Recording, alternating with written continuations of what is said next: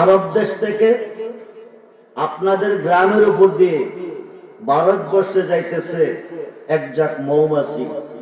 কি মাছি? জোরে বলেন। আপনাদের গ্রামে একজন কৃষক অনেকগুলি গরু পালে। গরুগুলি রাতে খেয়ে খেয়ে মূলমূত্র নিক্ষেপ করে ভোরবেলা মালিকে একটা ওড়াতে বইরা বাড়ির পাশে নিয়ে একটা গর্ত বানাইয়া জমা করে। কেন? কৃষি খেতে, এরি খেতে, বুরু খেতে গোবর গলি দিলে ফসল ভালো হবে। এই গোবর টালের ভিতরে একটা ভ্রমর, এটারে গোবরা পোকা বলে। কি পোকা? আপনারা দেখছেন নি? এটা রংটা কি? গোবরা পোকা বলে। তো গোবর টাল থেকে রস খেয়ে খেয়ে বেঁচে আসে। মৌমাছি গুলা কি খেয়ে বেঁচে আসে? মধু খেয়ে। গোবর টালের ভ্রমরটা কি খেয়ে বেঁচে আছে? গোবরের রস খেয়ে। মৌমাছি ও ভ্রমর, গোবর টালের ভ্রমরও ভ্রমর। অসংখ্য মৌমাছি গুনগুন গুনগুন সুরে প্রতিদিন মাথার উপর দিয়ে যায় ভারতে, আরব দেশ থেকে। একদিন গোবর টালের ভ্রমরটা উপরে বসে দেখতেছে অসংখ্য মৌমাছি গুনগুন গুনগুন করে যাইতেছে। জিজ্ঞেস করলো, ভাই তোমাদের বাড়ি কোথায়? আমাদের বাড়ি আরব দেশে। কোথায় যাচ্ছ? ভারতে যাব। কেন? ফুল থেকে মধু সঞ্চয় করতে। কি সঞ্চয়? জোরে বলুন, কি সঞ্চয়? মধু সঞ্চয় করতে। মুসলমান ৭৩ দলে বিভক্ত। আরবিতে বলে ফেরকা, বাংলা বলে দল। একটি দল জান্নাতি, ৭২ দল জাহান্নামী। সুবহানাল্লাহ বলেন। মুসলমান ৭৩ দলে বিভক্ত। আপনারা কোন দলে আছেন? খুব মনোযোগ। আপনারা কোন দলে আছেন? ৭৩ দলে বিভক্ত। একটি দল জান্নাতি, ৭২ দল জাহান্নামী। জান্নাতি হচ্ছে মাত্র একটি দল। এই দলটার নাম হচ্ছে আহলে সুন্নাত ওয়াল জামাত। আহলে সুন্নাত ওয়াল জামাতের প্রত্যেকটা সদস্য বিনা হিসাবে জান্নাত। যদি সুন্নি হয়ে মরতে পারেন। কি হয়ে মরতে পারেন? সুন্নি হয়ে মরতে পারেন। গোবর টালের ভ্রমরটা বলতেছে, ভাই তোমরা তো মধু খাও, আমি তো গোবরের রস খাই। মধু কি জিনিস কোনোদিন খাই নাই, আমাকে নিবে, খাওয়াবে? মৌমাছি বললেন, তুমি কি যাবে? যাবো। তো উড়াই দাও। কি দাও? উড়াই দিত। কইলে পরি মরি খা। মৌমাছি কিরে ভাই, তুই না বলে মধু খাইতে যাবি? যাবো তো। উড়াই দে। আবার পরি মরি খা। ২-৩ বার বলার পরে, তুই কি যাবি না যাইতি না? যাবো। উড়াই দে। তোমরা যে বলতেছো উড়াই দিতে, উড়াতে গেলে পাখা লাগে। কি লাগে? জোরে কর।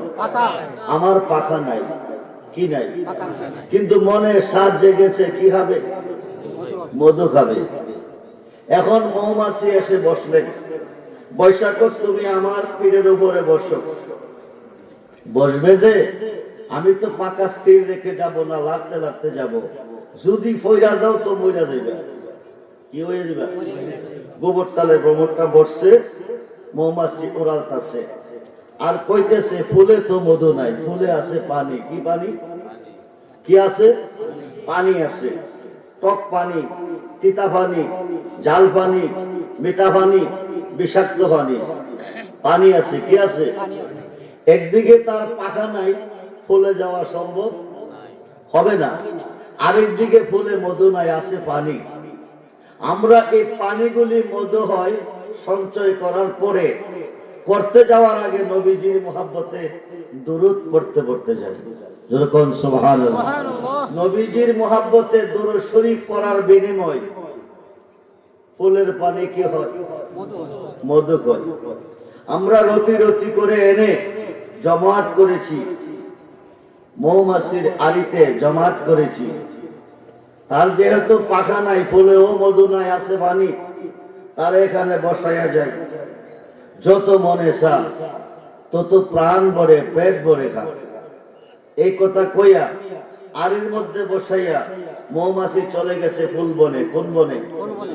জোরে বলেন, কোন বনে? ফুল বনে। তো মৌ গোবর আবুকের জাতিগত অভ্যাস হইল সিফা দিয়া রস খাওয়া। কি কিয়া? সিফা দিয়া রস খাওয়া।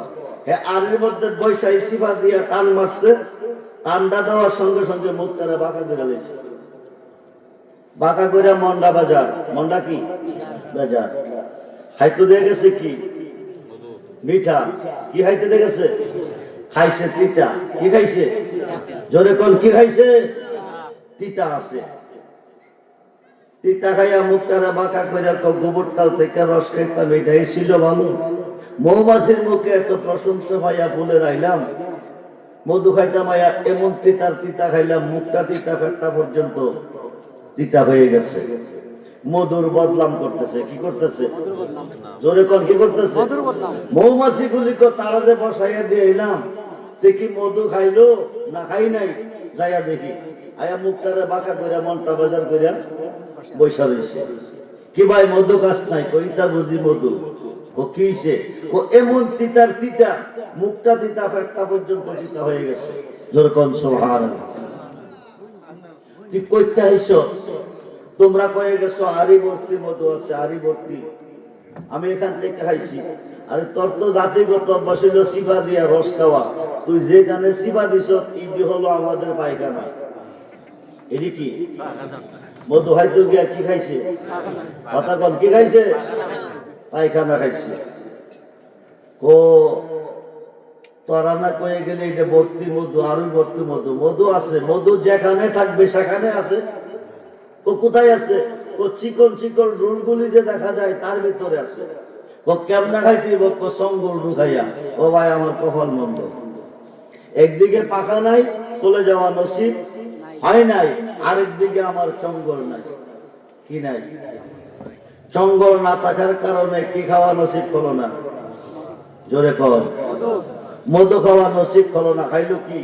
তিতা। নবীর উম্মত দুই ভাগে বিভক্ত। একটা উম্মতে ইজাবাত, আর একটা উম্মতে দাওয়াত। একদল উম্মতে মুহাম্মদ নামের মধ্যে মধু পাইতেছে, আরেক দলে মুহাম্মদ নামের মধ্যে তিতা খাইতেছে। কি খাইতেছে? যারা তিতা খাইতেছে নবীর বিরুদ্ধে সমালোচনা করতেছে, আর যারা মিঠা খাইতেছে তারা প্রশংসা করতেছে। কি করতেছে? প্রশংসা করতেছে।